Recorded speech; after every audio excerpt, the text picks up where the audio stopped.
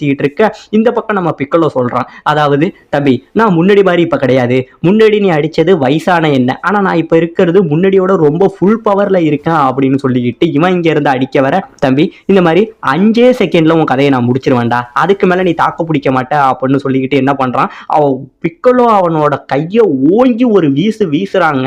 அந்த கையை வீச அதுல இருந்து கோகு அப்படியே கீழே டாட்ஜ் ஆயிடுறாங்க. அடுத்த குத்து இங்கே இருந்து நம்ம கோகுவை குத்த வர அவனோட கையை பிடிச்சி நம்ம கோகு இங்கே இருந்து தூக்கி வீசுவான் பாருங்க. பக்கத்துல உள்ள ஒரு மிகப்பெரிய பில்டிங்ல அடிச்சு பில்டிங்கோட உடஞ்சி இந்த இடத்துல பிக்கலோ சரீரான். இதை பார்த்த உடனே சுத்தி உள்ளவங்க எல்லாரும் வாயை பொழந்து ஆச்சரியப்பட உடனே உள்ள நம்ம கிங் இருந்தான் பார்த்தீங்களா, அவனுக்கு இந்த சத்தம் கேட்குது. சத்தம் கேட்டோடனே வெளியில என்ன நடக்குது அப்படிங்கிற மாதிரி கேட்க அந்த இடத்துல தூரத்துல ஒரு வீரம் ஓடியாந்து கிங் இந்த மாதிரி பாத்தீங்கன்னா நம்ம பிக்கலோவை யாரோ ஒரு சின்ன பையன் பிடிச்சி விரட்டிக்கிட்டு இருக்கான், அவங்ககிட்ட அவன் சண்டை போட்டுக்கிட்டு இருக்கான் அப்படிங்கிற மாதிரி சொல்ல உடனே நம்ம கிங் என்ன பண்றாரு, ஓ அது யாரு நான் பார்த்தே ஆகணும்னு சொல்லி இங்க இருந்து வந்துகிட்டு இருக்காருங்க. இப்ப இந்த பக்கம் அடிபட்ட பிக்கலோ மறுபடியும்